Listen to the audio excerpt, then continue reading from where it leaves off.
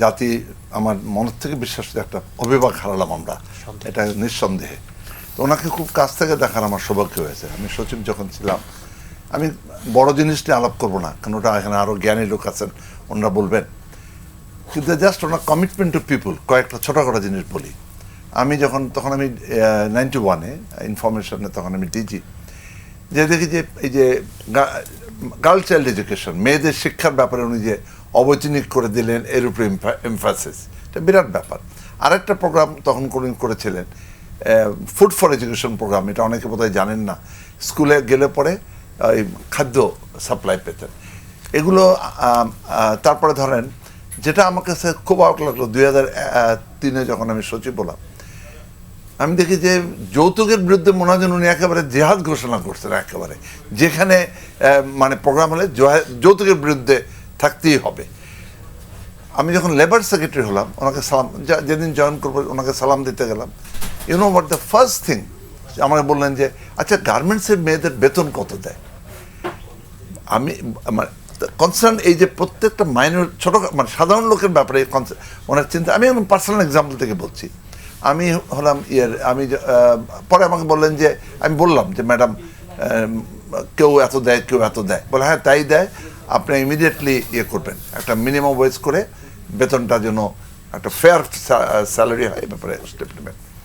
আমি youth and sports secretary ছিলাম, তো ইউথের একটা মাইক্রো ক্রেডিট প্রোগ্রাম আছে, এটা জেনারেল জিয়া শহীদ প্রেসিডেন্ট এটাকে ফান্ডটা দিয়ে গেছিলেন। তো উনি জানতেন, উনি বললেন যে আপনারা কত ইন্টারেস্টে দেন? তাই আমি বললাম যে 18%। তো উনি বললেন যে এটা অনেক বেশি, এটা কমানো যায় না? আনফর্চুনেটলি এদেশ তো মূর্খের দেশ, এগুলোতে ভোট পাওয়া যায় না।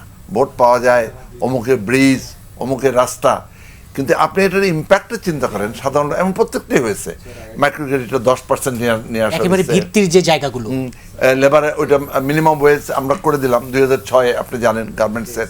এখন এটা একটা বোর্ড হয়ে গেছে, এখন তো অটোমেটিক এটা রিভাইজ হচ্ছে, বাড়তেছে। আপনি ধরেন যে অনেকে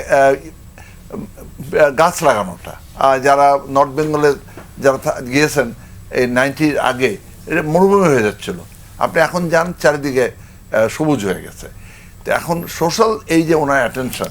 আরেকটা জিনিস যেটা আমি বলবো ওনাকে, যেটা আমার খুব ভালো লাগতো, উনি যখন এই ক্যাবিনেট মিটিংয়ে দেখতাম, উনি শুনতেন সবার কথা এবং সিদ্ধান্তটা নেওয়ার আগে অন্যদের ওপিনিয়নটা উনি নিয়ে নিতেন। আমি এনে বেশ আমাকে চুপ করে শুনতেন, কোনো কথা বলতেন না, একদম চুপ করে শুনতেন। এই মন্ত্রী এটা বললেন, অমুক মন্ত্রী এটা বললেন, চুপ করে শুনতেন। শুনে উনি আবার অন্য কারো কাছে ওপিনিয়ন নিয়ে নিতেন, ইনক্লুডিং ব্যুরোক্র্যাটস, নিয়ে উনি ওনার সিদ্ধান্তটা দিতেন। অর্থাৎ জেনে আরও বলি, একবার একটা প্রোগ্রামে একটা ইংরেজি বক্তৃতা ছিল, বেশ কঠিন কিছু শব্দ ছিল, বেশ কঠিন শব্দ। আমি দেখলাম চমৎকারভাবে উনি বলে গেলেন। তা আমি পিএসএ জিজ্ঞেস করলাম, এই এত সুন্দরভাবে কেমনে বললেন?